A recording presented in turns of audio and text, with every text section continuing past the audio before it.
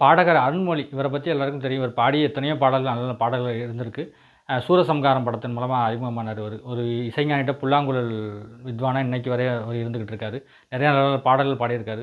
உதாரணமா அவர் பாடிய பாடல்கள் நிறையா சொல்லிக்கிட்டே போலாம். அ இ பிரிவினை ஏது இணைந்து பாடும்போது அப்படின்னு அவர் பாடும்போதே அவ்வளோ ஒரு இழுக்கும். அந்த குரல் வந்து அவ்வளோ இழுக்கும். அவ்வளோ சாஃப்ட்டான ஒரு மெல்லிய குரல் கொண்டவர் அருண்மொழி அவர்கள்.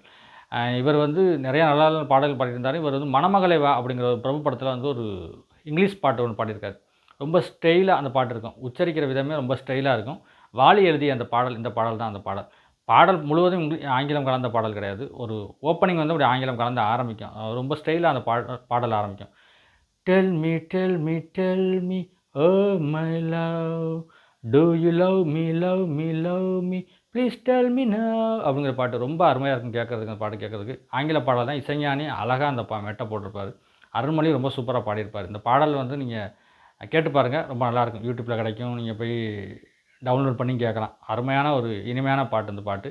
இந்த மாதிரி அருண்மொழி பாடிய சில பாடல்கள் வந்து நிறையா பேருக்கு தெரிஞ்சிருக்காது. அதை சொல்கிறதுக்காக தான் அந்த பதிவு. நன்றி, வணக்கம்.